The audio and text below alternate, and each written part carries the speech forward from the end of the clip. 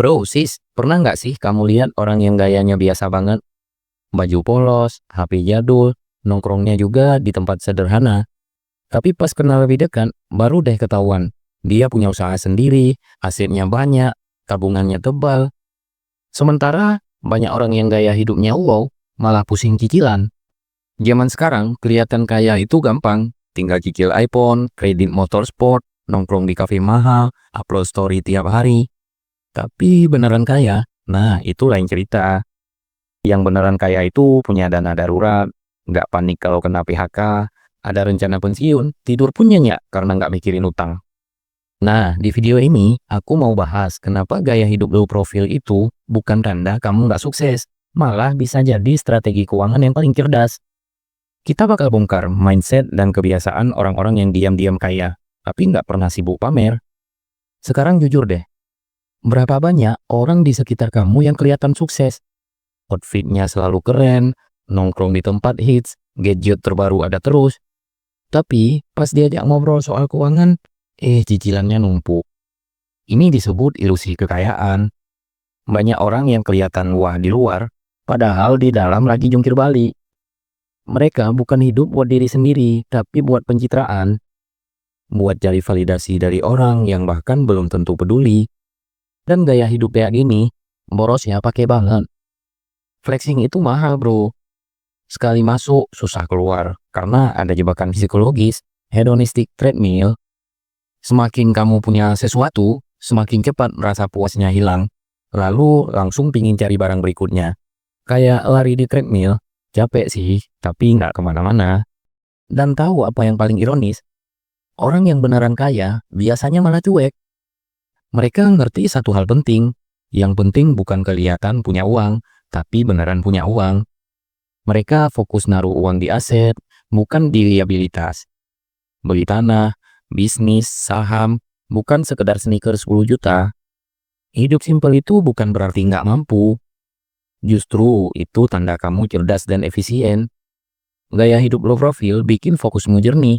Kerja, nabung, investasi, upgrade skill. Itu bukan kemiskinan, itu strategi.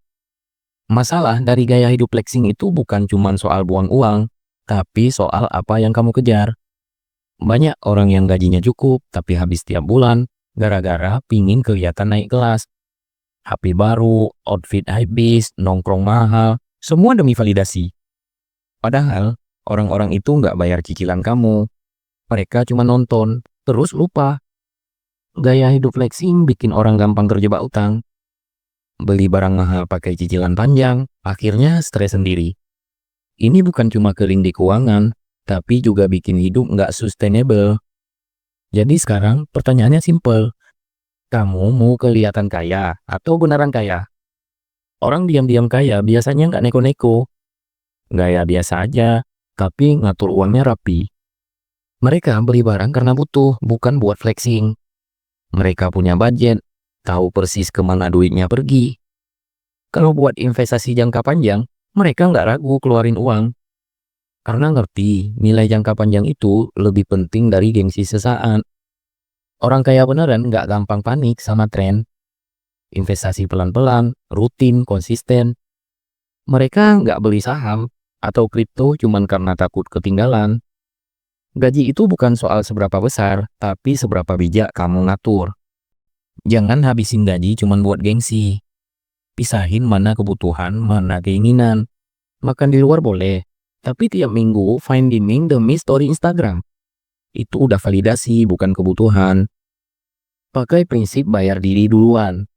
Sisihkan untuk tabungan atau investasi dulu, baru sisanya buat belanja. Jangan kebalik, karena kalau nunggu sisa, biasanya nggak ada sisanya. Nih beberapa tips simple tapi impactful. Coba no spend challenge sebulan sekali. Biasain beli barang second atau barang berkualitas tinggi tapi awet. Nikmati hiburan murah, baca buku, ngopi di rumah, jalan kaki sore. Intinya, hidup berkualitas itu bukan soal mahal-mahalan barang, tapi soal seberapa damai kamu jalani hidup. Kadang, damai itu datang waktu kamu berhenti ngejar validasi. Sekarang giliran kamu. Coba tulis di komentar, gaya hidup sederhana apa yang kamu terapin. dan apa manfaat yang paling kamu rasain. Siapa tahu pengalaman kamu bisa jadi inspirasi buat yang lain juga. Jangan lupa like, share, dan subscribe ya. Sampai jumpa di video berikutnya.